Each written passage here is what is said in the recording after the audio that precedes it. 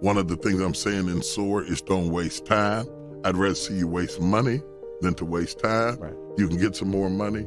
I could give you some money. You could give me some money. We could hook her up. We could hook you up. You'll be all right. I can't give you not one day if you need it. I can't give you 30 seconds if you need it. So the prime commodity is your time. Right. And when you are young, you take it for granted because you think you're gonna always have plenty of it. You might have more of it, you might not. And if you do have it, nothing says you're gonna feel like, look like, move like you do right now. What you do have is this present moment. So if you want to change your diet, you can change your outcome. But you have to stop talking to yourself the way you do.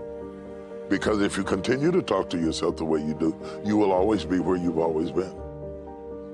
It is what you say within yourself that heals you. Because the reality about it is your definition of excellent rises no higher than your level of exposure. Whatever you've been exposed to, that becomes the new paradigm of what excellent is to you. And it shifts from day to day. The reality is we have to make up in our mind that whatever our definition of excellence is, it's gonna change. That kind of talk, saying that to yourself, drives back the other voices of negativity that we all have creep up behind us and tell us that we're not capable and we're not competent and we're not gifted enough and we're not good enough or we waited too late or God is punishing us. To talk back to those voices shuts the enemy down. The pressure I was going through, I was causing. Because the pressure I was going through was coming from the things that I allowed to reverberate in my head.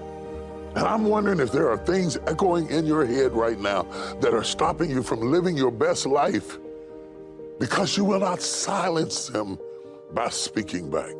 I found out it is not what they say about you that limits you the most.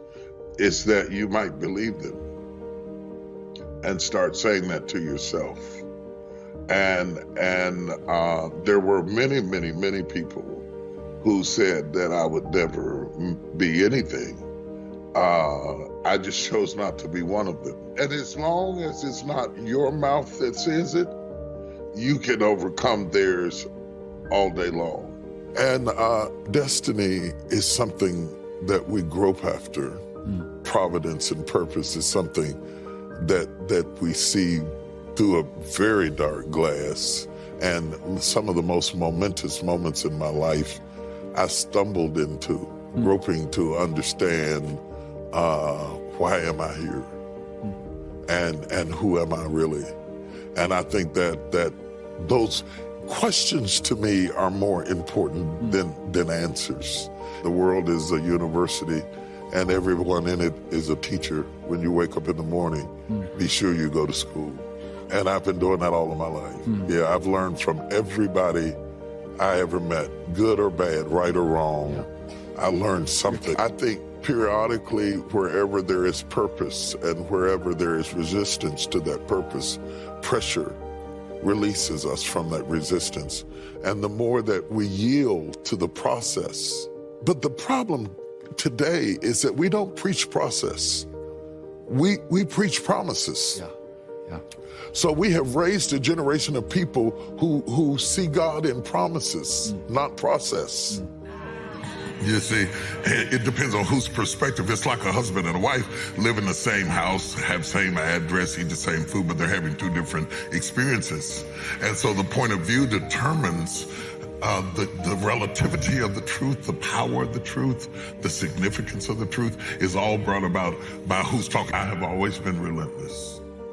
I never allowed my circumstances to destroy my intensity and my drive and my feeling that God was going to do something in my life. Success that you have not been groomed for is like birthing a baby prematurely. The chances of survival go down the earlier the baby is exposed. And to be exposed too soon is not a blessing, it's a curse. You don't want anything before it's time. Nothing before it's time. There's a time and a season for every purpose under heaven. And so anything that's valuable, you protect. And in that fast pace that we live in, there is a certain amount of invisible pressure. And the strange thing about it is you feel the pain, you sense the pressure, and you can't see the source. So all of a sudden, you're getting the impact as if there were an assailant. But there's no assailant that you can see. And the seeds always hint to us that life comes out of death. As the outer encasement corrodes in the ground, the inner life bursts forth. And everything that dies in you is only so that something else can be born in you. And it is the urgency of a fleeting moment. The escape out of pain is a fleeting moment. It is passing by. And if you're not willing to come out of your coat and drop your cup and step into that moment blindly, without understanding it, without somebody apologizing, without somebody coming back and making it right, this is not about them, this is about you. This is about you. When you are truly gifted, you can't see it. When you are truly gifted, it is your normal. And so the frustration is you're trying to manifest your gift and you are manifesting your gift, but you don't know that that is your gift because your gift is your normal. So sometimes the more gifted you are, the more vulnerable you are, and the more affirmation you need from your inner circle. Sometimes people will call you a name and you start living up to the name and it limits you from what else God wants to do in your life. And an appreciation for the value of life and a refusal to allow anybody to take away the great privilege of being alive. I will think for myself. I will move in my own direction. You can say whatever you want to say about it, but I'm going to be me. You see what I'm saying? At the core of everything, SOAR is saying, don't be limited. Don't put a period because you did one thing that you can't do something else, that you can't be something else, that you can't evolve as an individual, that you can't explore other idioms of thought. You came from the dirt, and where you came from will always call you back. You have to escape the gravitational pull of where you came from. And in order to do that, you have to break through into a higher law. The higher law is the law of aerodynamics. But you have to break into it, and what I need the force for it, the reason I need the runway to get my engines ramped up is because when I come up against it, and this is where young people make a mistake, they underestimate the pull to fall backwards. They saw planes take off and they said, I can do that, but they underestimate how much force it takes to break through the gravitational pull that brings you back down. So when they fall back down, they give up on themselves and they stop believing in themselves. Whereas if you would just go faster at it and go harder at it, you would break through the law of gravity.